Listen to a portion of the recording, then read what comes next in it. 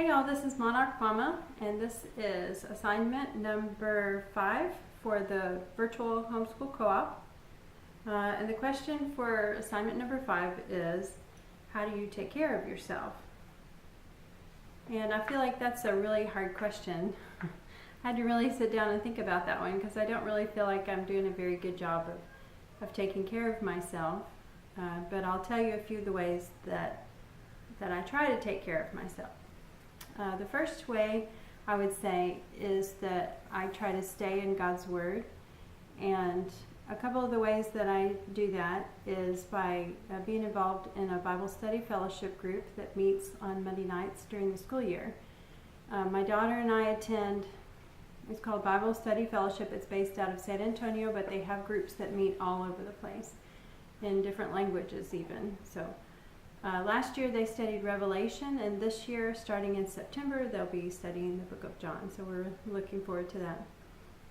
So that's one of the ways that I take care of myself, and by staying in God's Word. And then the other way that I do that is when I'm in the kitchen and I'm washing dishes or I'm cooking a meal, I'll put my Kindle in the kitchen and I'll turn on a podcast and listen to Moody Bible Radio or Nancy Lee DeMoss Revive Our Hearts podcast, and listen to God's Word that way. They have about 30-minute devotions on there each day. It's a radio program, but they offer it in podcasts as well. And then the other way that I try to take care of myself is by exercising. I enjoy walking. I don't do it as often as I should, and I'm not very consistent, but I'm consistently going back to it. So it's something that I try to do, and when I don't get it done, I'm just always, that's what I'm coming back to. So try to get my exercise. Another way I try to take care of myself is by getting a support group.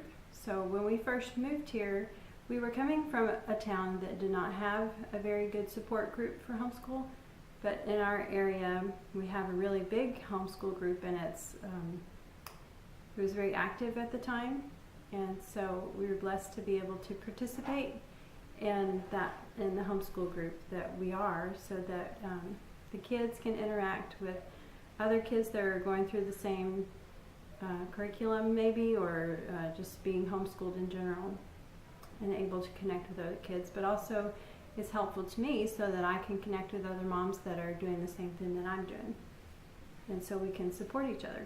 When we first moved here, we met a group of moms that were all going to teach the same science curriculum that we were going to. So we just got together and decided that we would study on our own, and then once a week we would come together and do labs together. So we were able to save on the cost of buying supplies for labs, but also enjoy being together and take turns teaching. So that was very helpful to us. Another co-op that we're involved in is a music co-op, and on Fridays we drive about 45 minutes to go to this music co-op, and the kids are able to participate in a band and in a choir and in a drama group. And that's helpful to me in that they're able to get their fine arts in, and also I'm able to exercise some of my talents.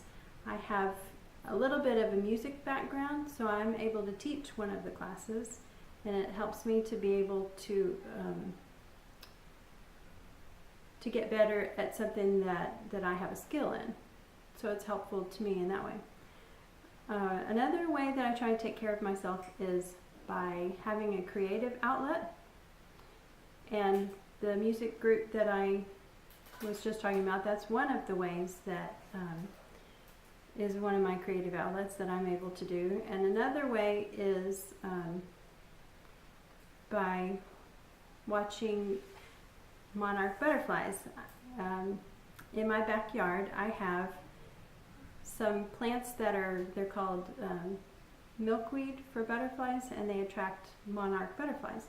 So the butterflies will come through and they land on the milkweed plants, and they lay their eggs on the plants, and then they hatch and become caterpillars, and we get to watch as the caterpillars grow, and then we bring them inside and we put them in a jar, and we're able to watch them form a chrysalis and then change into a butterfly. So it's kind of a neat thing to watch. It's something that I really enjoy, even though when we started doing it, it was more for the kids, but it was something that I just really, really enjoyed. So that's been something that's been fun for me.